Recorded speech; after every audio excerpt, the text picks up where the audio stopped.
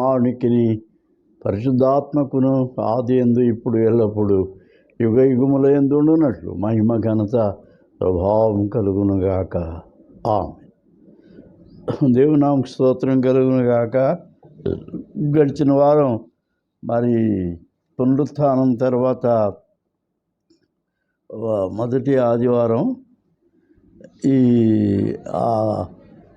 ఆ దినం చేయాల్సినటువంటి వాక్యోపదేశం చేయలేకపోయాను కొన్ని కారణాలు బట్టి.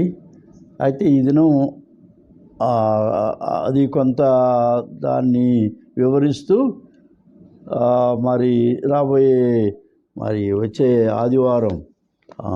ఆదివారపు ఇది కూడా సందేశం కూడా మీకు అందించాలని కోరుతా ఉన్నాను. ఈ ముఖ్యమైన విషయం ఏంటంటే,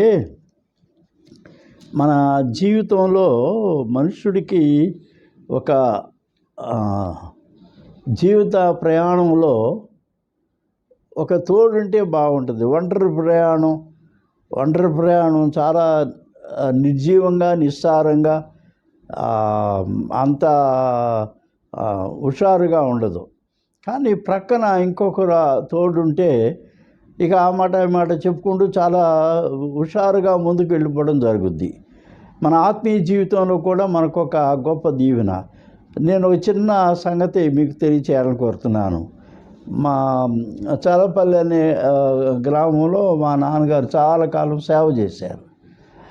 అలా అప్పుడు నా వయసు 8-9 సంవత్సరాలు లేదా 10 సంవత్సరాల లోపు మొత్తానికి. అయితే ఒక చోట ఒక ప్రేయర్ మీటింగ్ ఉండింది. సాయంకాలం వాళ్ళు ఒక ప్రార్థన పెట్టుకున్నారు. అంచేత మా నాన్నగారు దానికి వెళ్ళేటప్పుడు ఆయనతో కూడా నేను వెంట వెళ్ళిపోయాను. ఎప్పుడైనా మా నాన్నగారితో పాటు ఎక్కడైనా సేవ అంటే ఆయన వెంట వెళ్ళిపోయేవాడిని, చిన్న వయసులో కూడా. అలా వెళ్ళాను. ఆ ప్రార్థన కూడికలో సాయంకాలం 7 గంటలకి పాటలు పాడడం ఇదంతా అయింది. ఇక వాక్యోపదేశం మొదలుపెట్టారు. అది అయ్యేటప్పటికి చాలా టైం 8-8:30, 9 ప్రాంతం, దగ్గర 9 అవుతూ వస్తుంది. ఆ దినం బయట చాలా పండు వెన్నెల పౌర్ణమి దినం. బయట చాలా తెల్లగా చంద్రుడి కాంతి అంతా కూడా పట్టపగల్లాగా ఉంది. నాకేమో నిద్ర వచ్చేస్తుంది, చిన్నపిల్లాన్ని కదా. అప్పుడు నేను మా నాన్నగారికి సాగించాను, నేను ఇంటికి వెళ్ళిపోతాను, ఇక నిద్ర వచ్చేస్తుంది అని చెప్పని బయటకు వచ్చేసాను. తీరా బయటకు వచ్చిన తర్వాత ఇంటికి వెళ్ళడానికి నాకు భయం వేసింది. ఎందుకంటే నేను చిన్నపిల్లాడిని, ఎంత పండు వెన్నెలైనా అంత ఇదిగా ఉన్నా మా ఇల్లు వెళ్ళాలని కొంచెం చాలా దూరమే. ఒంటరిగా నేను వెళ్ళటానికి వెనక ముందు ఆడుతా అక్కడ నిలబడి ఉండిపోయే చోట. అప్పుడు చిన్న ప్రార్థన చేసుకున్నా, ప్రభువా నాకు భయం వేస్తుంది, నేను ఒంటరిగా వెళ్ళాలి, ఎట్లా ప్రభువా సహాయం చేయి చిన్న ప్రార్థన. ఆ సమయంలో ఆ రోడ్డు మీద సాధారణంగా పెద్దగా రారు, ఎక్కువ రాత్రిపూట. పగలు బాగా తిరుగుతారనుకోండి, ఎవరు రారు. కానీ ఒక అతను సినిమా చూసి ఫస్ట్ అయిపోయింది, ఆ సినిమా చూసి అతను ఒక్కడే వస్తూ ఉన్నాడు. నన్ను చూసి ఏంటి నువ్వు పాస్టర్ గారు అబ్బాయి కదా? అవునండి అన్న. ఏంటి నిలబడ్డా అంటే ఇంటికి వెళ్ళాలండి అంటే, రా నేను తోడొస్తానులే పదా అని చెప్పాను. అతను గౌడ స్ట్రీట్కి వెళ్ళాలి. అతను మా ఇల్లు దాటి ఇంకా అవతల ముందుకెళ్ళి ఎడం పక్క తిరగాలి ఆ గౌళ్ళ స్ట్రీట్కి వెళ్ళాలంటే. తోడొచ్చాడు. ఆ మాట ఈ మాట చెప్పుకుంటూ ఎదురు మొత్తానికి ఇంటికి వచ్చాం. అమ్మా అని పిలిస్తే మా అమ్మ తలుపు తెరిచి కాళ్ళు కడుక్కురా అని చెప్పాను అంది. ఆ బయట తొట్టులో నీళ్లు ఉంటే కాళ్ళు కడుక్కొని అప్పుడు లోపలికి వెళ్ళాను. అప్పుడు కొంచెం పలహారం పెట్టి కొంచెం పాలు ఇచ్చి ఇంక పడుకోపో అని చెప్పాను. పడుకున్నాను. నాకేం అర్థమైందంటే, మన జీవితంలో we need a human face. ఒక మనిషి ముఖం మనకు కనబడితే చాలు. మనతో ఒక మనిషి తోడొస్తే ఎంత బాగుంటుందో అనిపిస్తుంది. ఇట్లా ఈ దినం మనం చదువుకొని పునరుత్థాన వృత్తాంతంలో ఒక ముఖ్యమైన విశేషం ఏంటంటే ఈ ఒంటరి ప్రయాణం మన ఆత్మీయ జీవితం ఎంత రక్షించబడినా వెలిగించబడినా మన ఆత్మీయ జీవితంలో మనది ఒంటరి ప్రయాణం. ఈ ఒంటరి ప్రయాణంలో మనకి ఎవరన్నా ఒకరు తోడుగా ఉండాలి, సహాయం చేయాలి. కాబట్టి మనకి ఎట్లా అని చెప్పని అనుకుంటే ఈ యోహాను సువార్త 20వ అధ్యాయం 24వ వచనం దగ్గరికి వచ్చేటప్పటికి ఇక్కడ మనం ఏం చూస్తున్నామంటే పునరుత్థానుడైన యేసుక్రీస్తు ప్రభు తన శిష్యుల దగ్గరికి వస్తూ ఉన్నాడు. ఆదివారం సాయంకాలం ఈ 20వ అధ్యాయం 19 చదువుతాను. ఆదివారం సాయంకాలం శిష్యులు యూదులకు భయపడి తాము కూడి ఉన్న ఇంటి తలుపులు మూసివేసుకొని ఉండగా యేసు వచ్చి మధ్యను నిలిచి మీకు సమాధానం కలుగునుగాక అని వారితో చెప్పాను. ఆయన అలాగ చెప్పి వారికి తన చేతులు ప్రక్కను చూపగా శిష్యులు ప్రభువును చూచి సంతోషించిరి. యేసుక్రీస్తు ప్రభువారు ఈ లోకానికి వచ్చింది మనకు నిజంగా మనకు తోడుగా ఉండటానికి. క్రిస్మస్ వృత్తాంతాల్లో మనం ఎక్కువగా వినే పేరు ఇదే, ఇమ్మానుయేలు. ఇమ్మానుయేలు అనగా దేవుడు మనకు తోడు, మనతో ఉండటకు వచ్చిన దేవుడు, మనతో ఎల్లప్పుడూ కాపురం ఉండటానికి వచ్చినటువంటి దేవుడు ఇమ్మానుయేలు, తోడుగా ఉండటకు వచ్చిన దేవుడు. పాత నిబంధన కాలంలో దేవుని యొక్క బిడ్డల జీవితాల్లో దేవుడు వారితో ఉన్నాడు. దేవుడు ఏర్పాటు చేసుకున్న బిడ్డలు అందరితో కూడా ప్రభు ఉన్నాడు. ఇప్పుడు ఆదాము హవ్వలతో ఉన్నప్పటి నుంచి ఆయన హనోకుతో ఆయన నడిచాడు. మరియు నోహోతో కూడా ఆయన ఉన్నాడు, నడిచాడు. ఆయన పని చేశాడు, నోహో ఓడగట్టాడు. అబ్రహాముతో దేవుడు నడిచాడు, మాట్లాడాడు, అతనితో సహవాసం కలిగింది, దేవుని సన్నిధి ఆయనతో కూడా ఉండింది. మోషేను దేవుడు సందర్శించి ఆయన మరి ఆయనతో కూడా దేవుడు ఉన్నాడు. ఇశ్రాయేలు ప్రజలతో కూడా దేవుడు నడిచాడు 40 సంవత్సరాలు. వారిని విడుదల చేసిన తర్వాత కనానుకు వచ్చేటప్పటికి యెహోషువతో కూడా దేవుడు ఉన్నాడు. ఆయన అతను వాడుకున్నాడు. ఈ వాగ్దత్త దేశం తన ప్రజలకు స్వాధీనం చేయడానికి, యుద్ధాలు చేయడానికి యెహోషువతో కూడా దేవుడు ఉన్నాడు. వాళ్ళందరూ దేవుడు వారితో కూడా ఉండుట వారు గమనించారు. ఆ దేవుని స్వరం విన్నారు, దేవుని నడిపింపు వారికి కలిగింది. అయితే పాత నిబంధన అంతట్లో మనం చూసేది ఏంటంటే దేవుని యొక్క స్వరం వాళ్ళు విన్నారు, దేవుడు వారితో కూడా ఉన్నాడని గ్రహించారు, దేవుని సన్నిధి కూడా వారితో ఉంది. కానీ దేవుని ముఖాముఖిగా ఇప్పుడు దేవుని చూడలేదు వారు. మోషే అడిగాడు ఒకసారి, ప్రభువా నేను చూడాలని ఉంది అని చెప్పానంటే, ఏ నరుడు కూడా నన్ను చూచి బ్రతకలేడు, కానీ నువ్వు అడిగావు కాబట్టి నేను ఒక ప్రక్క చూపిస్తాను అని దేవుడు ఒక కొండ రాళ్ళ మధ్య అతను మోషే ఉంచి అక్కడి నుంచి ఆయన దాటి వెళుతూ ఉండగా ఆయన వెనుక భాగాన్ని చూచాను అని అంటాడు మోషే. నా మంచితనం అంతా నీకు చూపిస్తానంటాడు. కానీ దేవుడు మనకు తెలుసు ఆయన ఆత్మ ఉన్నాడు.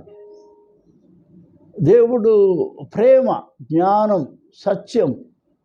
దేవుడు ఆయన జీవము కలిగినటువంటి వాడే. కానీ ఆయన ముఖాముఖిగా దేవుణ్ణి ఎవరు చూడలేదు, దేవుడు ముఖం ఎవరు చూడలేదు. ఎందుకంటే ఆయన వెలుగై ఉన్న దేవుడు, కాంతి పుంజము. ఇప్పుడు మన తెలిసినటువంటి సాధు సుందర్ సింగ్ యేసు ప్రభు కనపడ్డాడు. ఆయనకి ఎలా కనపడ్డాడు? ఆ గదిలో ఒక పెద్ద కాంతి పుంజము, ఒక గొప్ప గోళం, కాంతులు వెదజల్లుతూ ఉన్నటువంటి ఒక గుండ్రటి గోళాకారములో కాంతి వెదజల్లుతూ ఉన్నది.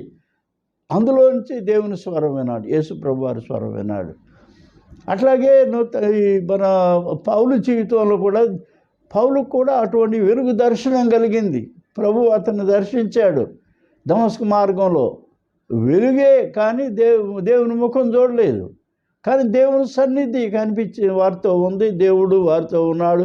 దేవుడు వారిని వాడుకున్నాడు.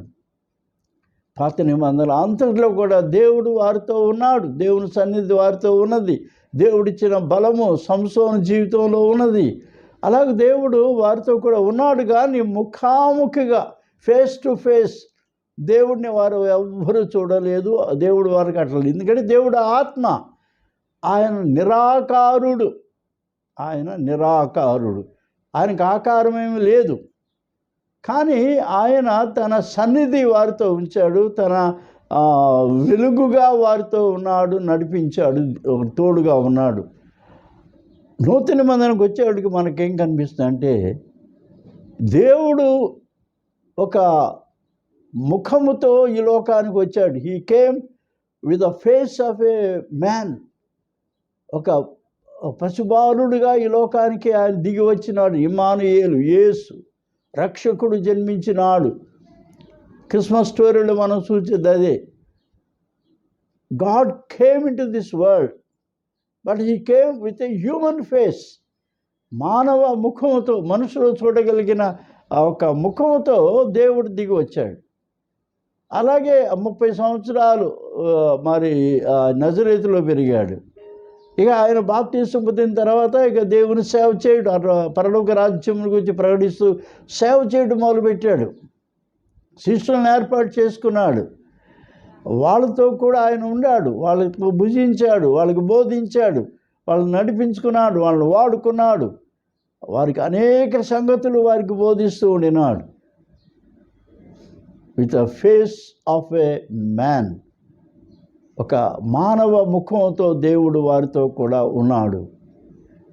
అలాగే ఈ పునరుత్థానం, ఆయన సిలువలో కూడా యేసుక్రీస్తు ప్రభు మన కొరకు తన రక్తం ప్రాణం ఆయన మన కొరకు పెట్టి మనలను మన పాప దోషం నుంచి విడుదల చేసినాడు. కానీ సమాధి చేయబడిన తర్వాత కూడా మనకు పునరుత్థానుడైన క్రీస్తు వారు ఆయన పునరుత్థానుడైన తర్వాత సరిగ్గా గుర్తుపట్టలేకపోయినారు వాళ్ళు. ఎందుకంటే అది ఆ దేహము మామూలుగా ఇది భౌతిక దేహం కాదు, అది ఒక మహిమ దేహం, గ్లోరియస్ బాడీ. అయినప్పటికీ కూడా మానవ వర్చస్సు, మానవ శరీరాకారం, మానవ ముఖంతోనే ఆయన శిష్యులతో కూడా ఉన్నాడు, మాట్లాడాడు, వారితో భుజించాడు, వారితో ఎన్నో సంగతులు, ఆయన 40 దినాలు వారితో కూడా ఆయన ఉన్నాడు. ఇక్కడ మనం ఇది గ్రహించేది ఏది అంటే, యేసుక్రీస్తు ప్రభు ఆయనతో కూడా సేవ చేస్తున్న దినాల్లో యోహాను సువార్త 14వ అధ్యాయంలో ప్రభువు చెప్తాడు 6వ వచనములో, నేనే మార్గము సత్యము జీవము, నా ద్వారానే తప్ప ఎవడునూ తండ్రి యొద్దకు రాడు. మీరు నన్ను ఎరిగి ఉంటే నా తండ్రిని ఎరిగి ఉందురు, ఇప్పటి నుండి మీరు ఆయనను ఎరుగుదురు, ఆయనను చూచి ఉన్నారని చెప్పాను. ఎప్పుడైతే ఆయనను చూచి ఉన్నారు అని చెప్పాడు ప్రభువు, అప్పుడు ఫిలిప్పు, ప్రభువా తండ్రిని మాకు కనబరుచుము, మాకంతే చాలును అని ఆయనతో చెప్పగా, యేసు, ఫిలిప్పు, నేను ఇంతకాలము మీద ఉండినను నీవు నన్ను ఎరుగవా? నన్ను చూచినవాడు తండ్రిని చూచినవాడు గనుక తండ్రిని మాకు కనబరచుమని ఎందుకు చెప్పుచున్నావు అని చెప్పంటాడు. కాబట్టి in the human face of Jesus we also see the unseen God, the face of an unseen God, the face of the Father. Jesus is only a reflection of the unseen face of God. ఆ సంగతి మనం జ్ఞాపకం చేసుకోవాలి. ఆయన ఒక ముఖంతో దగ్గరకు వచ్చాడు. ఇది నేను చెప్పినట్లు నాకు ఒక వ్యక్తి వచ్చి ఆ చిన్నప్పుడు నన్ను ధైర్యపరిచి తీసుకువెళ్ళాడు. ఎంత పండు వెన్నెలైనా ఒంటరి ప్రయాణం, భయం అట్లా ఉండింది. శిశుల జీవితాల్లో కూడా ఇప్పుడు మనం ఏం చూస్తున్నాం, 20వ అధ్యాయంలో చాలా భయపడిపోయారు వాళ్ళు. ఆ భయంతో వాళ్ళు ఏం చేశారు, ఆ మేడగదిలో తలుపులు వేసుకున్నారు, దాక్కున్నారు కదా. ఆయన వారి దగ్గరకు వచ్చాడు. ఆ తలుపును మూసుకుని ఉండగానే యేసు వచ్చి మధ్యను నిలిచి, మీకు సమాధానం కలుగుగా అని చెప్పగా ఆయన అలాగ చెప్పి వారికి తన చేతులు ప్రక్కను చూపగా శిష్యులు ప్రభువును చూసి సంతోషించిరి. మళ్ళీ రెండోసారి ఇతను తోమా లేడు. తోమా ఉన్నప్పుడు యేసు ప్రభు మళ్ళీ వచ్చారు, మళ్ళీ ఆదివారం కనుక తక్కిన శిష్యులు మేము ప్రభువును చూచి అతనితో చెప్పగా అతడు, నేను ఆయనను చేతులలో మేకులు గుర్తును చూచి నా వ్రేలు ఆ మేకుల గుర్తులో పెట్టి నా చెయ్యి ఆయన ప్రక్కలో ఉంచితే గాని నమ్మనని వారికి. 8 దినములైన తర్వాత ఆయన శిష్యులు లోపల ఉన్నప్పుడు తోమా వారితో కూడా తలుపులు మూసుకుని ఉండగా యేసు వచ్చి మధ్యలో నిలిచి మీకు సమాధానం కలుగునుగా.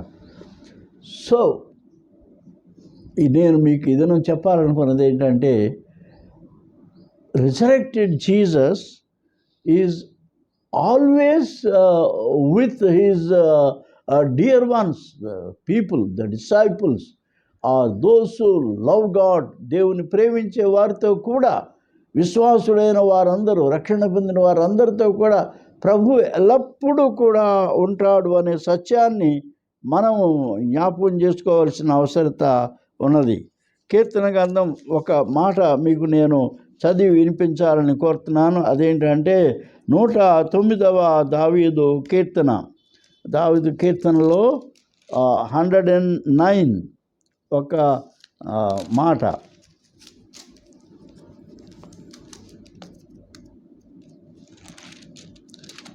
నూట 9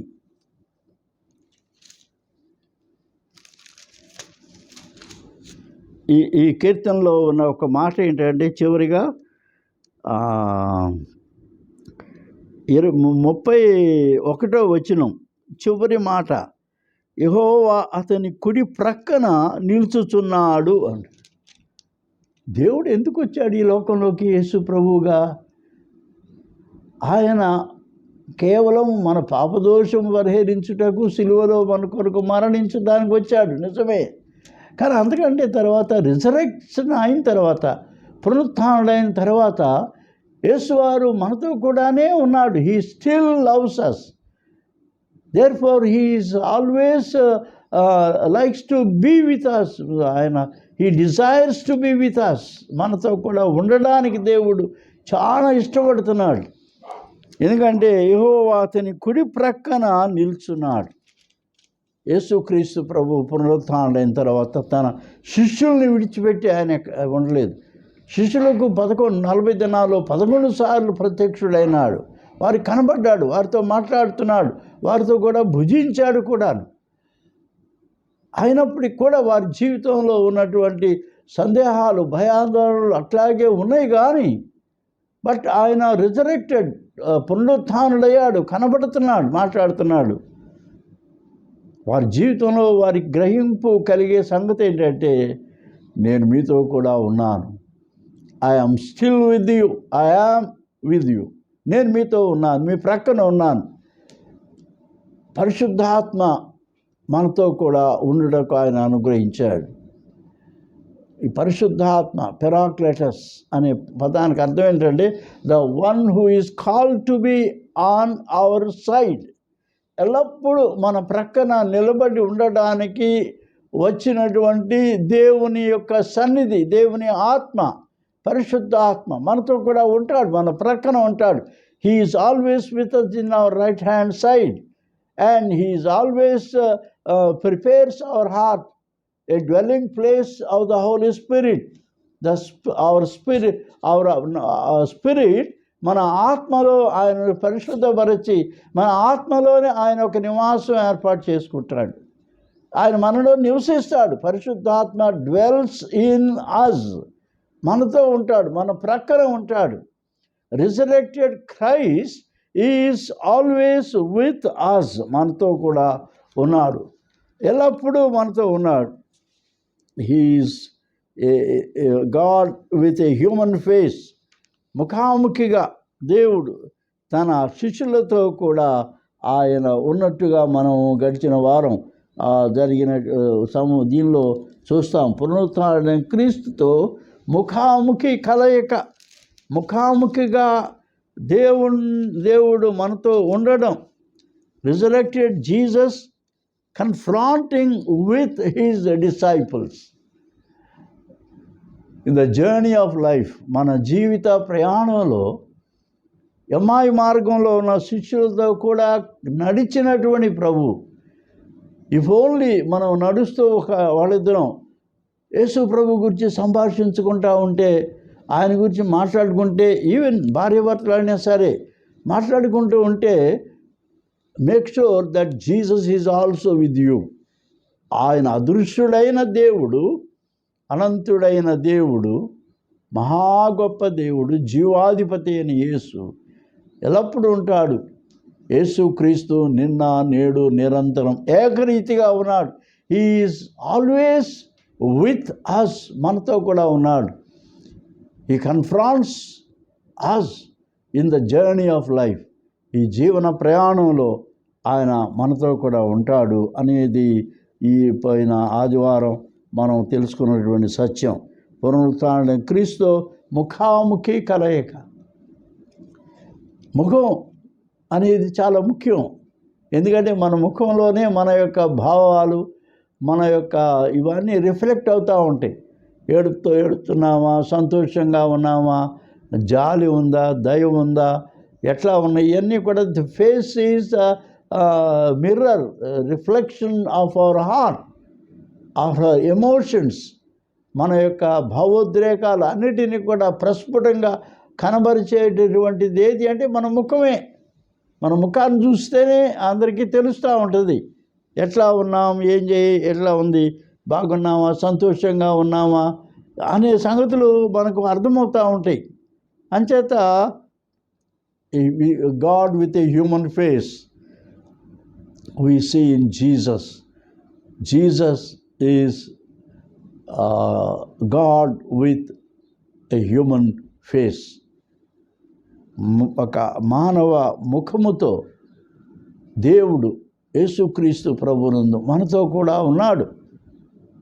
ఆయనను మనం చూస్తున్నాం. ఇప్పుడు ఇదిగో దేవుని వాక్యంలో ఆయన మనం చూస్తున్నాం. ఆయన మాటల్లో ఉన్న జీవం మనం పొందుతున్నాం.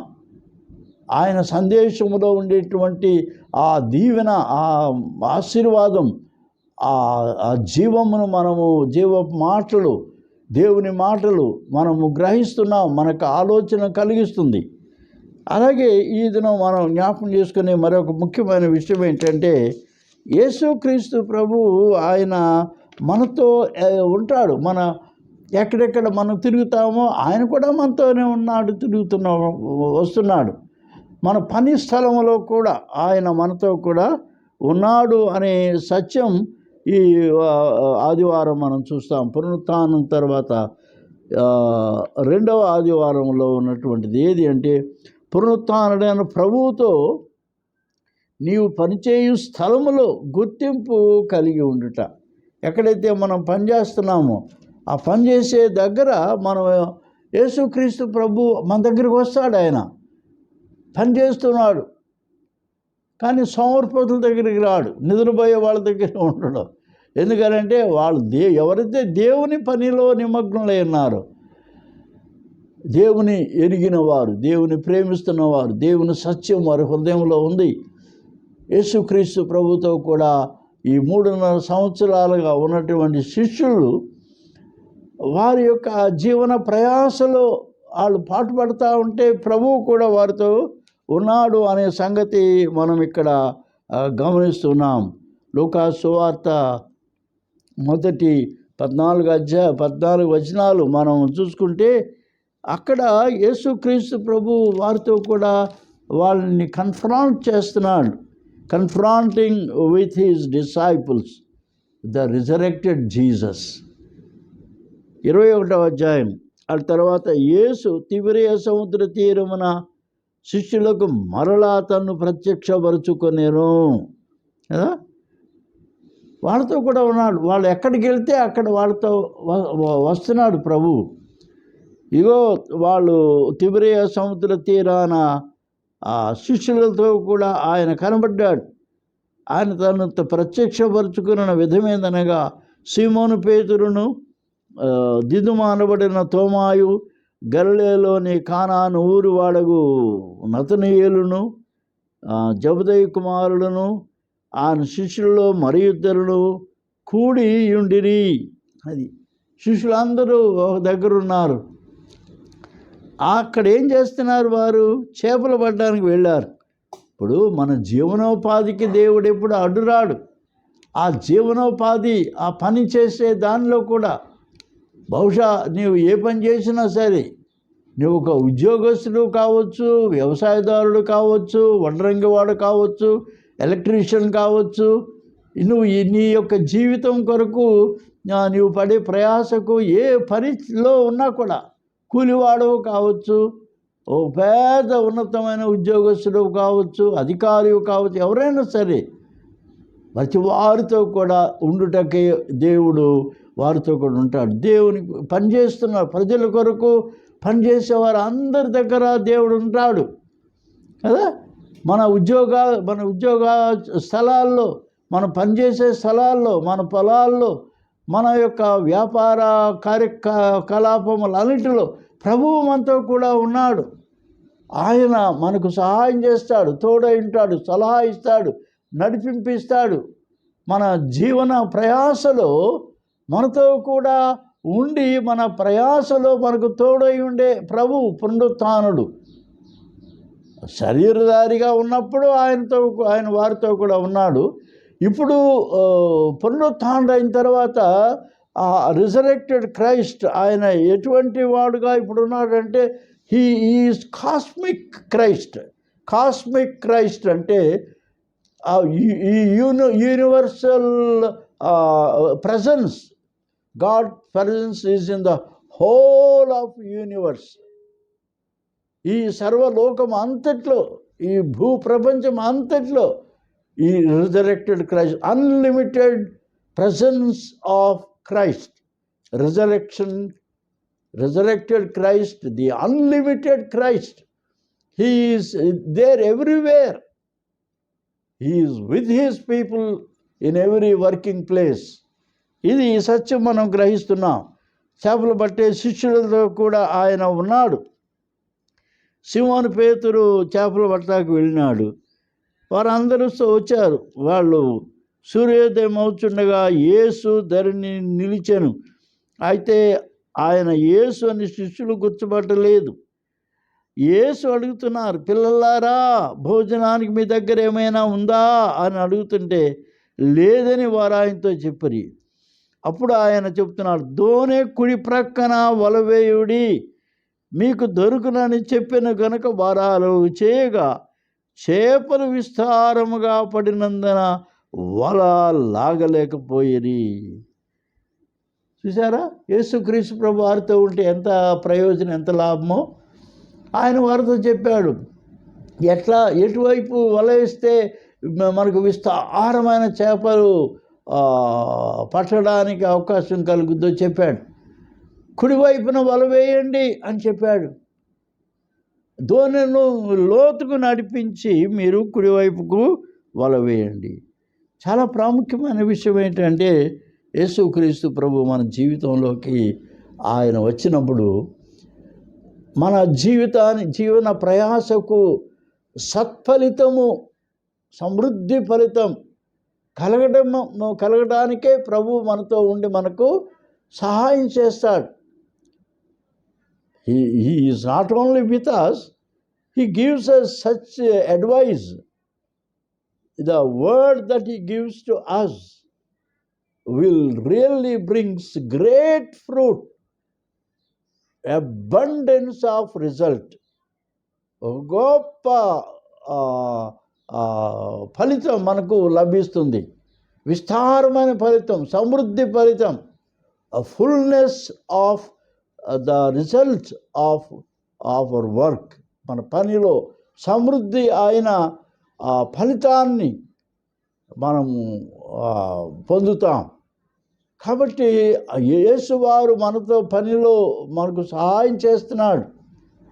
ఆయన మన పనిలో ఎట్లా ఉంటాడంటే, దోణిను మీరు లోతుకు నడిపించండి. లోతైన జలములలో లోతుకు స్వరమా లోపంబులు సవరించి లోన సవరించి లోనున్న ఈవులతో లోటైన నా బ్రతుకు లోపించని అర్పణగా లోకేశ చేయుమయా.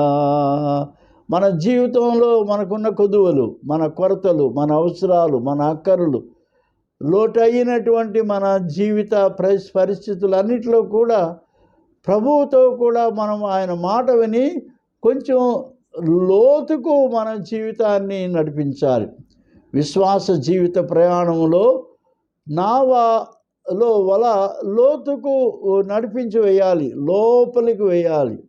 ఎందుకంటే లోతైన అనుభవముల్లో ప్రభు మన కొరకు దాచి ఉంచిన గొప్ప మేలులు మనము అనుభవిస్తాం, గొప్ప ఫలితములు మనము అనుభవిస్తాం. కాబట్టి ఈ ఆత్మీయ జీవితంలో మరి కొంచెం లోతుకు నడవాలి. ఎట్లా నడవాలి అంటే, మనం బైబిల్ చదువుతున్నాం, ఒక మాట చదివి ఊరుకోవడం సరిపోదు. కొంతమంది, నేను పాస్టర్గా పనిచేస్తున్నప్పుడు కొంతమంది దగ్గరికి వెళ్తే ఆ ఇంట్లో ప్రార్థన, అయ్యో నేను త్వరగా ఆఫీస్కి వెళ్ళిపోలేగారు, టైం లేదు అని చెప్పి అన్నాడు. సరే అని చిన్న ప్రార్థన చేసేవాడిని. ఏమి నీవు వాళ్ళు బైబిల్ చదువుకోలేదా, ప్రార్థన చేయాలంటే, అయ్యారు చదువు క్యాలెండర్లో ఉంది కదండి వాక్యం, ఆ వాక్యం చూసి ప్రార్థన చేసుకుని ఇక బయలుదేరుతున్నాను అన్నాడు. చాలామంది అంతే, బైబిల్ తెరవరు, బైబిల్ ముట్టుకోరు, ఆ క్యాలెండర్లో ఉన్న వాక్యం చదివేసి ఇంకంతే చాలే చదివేసుకున్నాను వాళ్ళకి అని దేవుడికి చెప్పాలి. నేను వాక్యం చదువుకున్నానండి, ఇదిగో క్యాలెండర్లో ఉంది, చదివాను.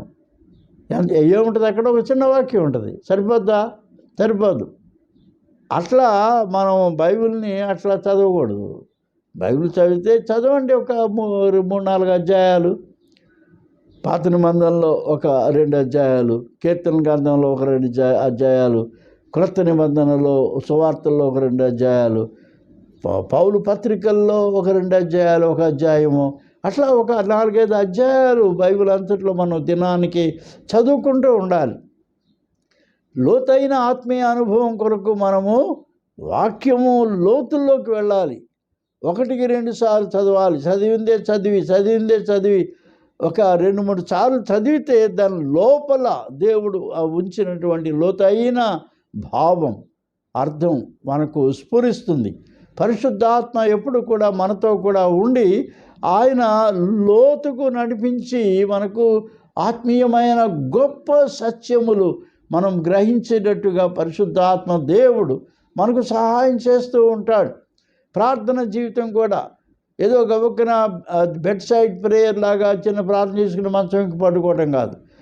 లేచి లేకని కళ్ళు ముట్టుకుంటూ ఏదో చిన్న ప్రార్థన చేసుకుంటే సరిపోదు. We have to give sufficient time for prayer. దానికి ఒక సమయం పెట్టుకొని ఆ సమయంలో 1 గంట, 2 గంటలు, 3 గంటలు, ఒక దినం అయితే మనం ఉపవాసం ఉంటే, నేను ఒక అప్పర్ వైజాగ్లో నేను సేవ చేసేటప్పుడు ఉదయం 6 గంటలకల్లా స్నానం చేసేసి సిద్ధపడి మేడగదిలోకి వెళ్ళి ఉండి ఒకరించి ఆ ఉదయం 6 నుంచి సాయంకాలం 6 గంటల వరకు ప్రార్థన చేసుకుంటూ ఉండేవాడిని, బైబిల్ చదువుకుంటూ ఉండేవాడిని, ధ్యానం చేసుకుంటూ ఉండేవాడిని. కళ్ళు మూసుకొని ఆ ధ్యానంలో దేవునితో కూడా ఆ సన్నిధి, ఆ సహవాసం అనుభవిస్తాం. అక్కడి నుంచి లేచి రావడానికి అసలు మనసు పుట్టేది కాదు. ఆ బుద్ధి నాకు ఎట్లా ఉండేది అంటే, చాలా ఇష్టంగా ఉండేది దేవుని సన్నిధిలో అంత సమయం గడపడం. లేచి వెళ్ళడానికి ఇష్టం లేదు కాదు. ఎక్కువ సమయం ప్రార్థనలో గడపాలి. ఎక్కువ లోతైన ఆత్మీయ అనుభవాల కొరకు ఆత్మీయ జీవితంలో ఎక్కువ ప్రార్థన అలవాటు చేసుకోవాలి. నేను ఒక దినం ఒక ఆఫీసర్ గారిని కలవడానికి వెళ్ళాను. వెళ్తే వాళ్ళ అమ్మాయి చెప్పింది, అయ్యా దయచేసి కూర్చోండి, నాన్నగారు ప్రార్థన చేసుకుంటున్నారు అంది. ఆయన ఒక ఆర్డీఓ గారు. కూర్చున్నాను. గంట అయిపోయింది, 2 గంటలు అయిపోయింది, 3 గంటలు అయిపోయింది, లేచాను, రావటం లేదు.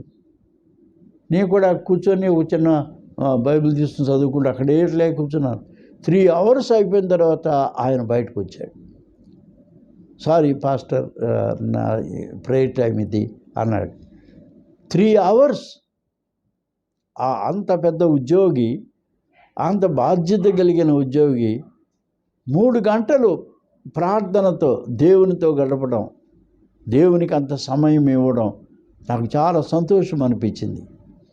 ఆత్మీయ జీవితం బలంగా ఉండాలి, శోధనలు జయించాలి, సాతాను శోధనల్ని, పాపపు శోధనల్ని.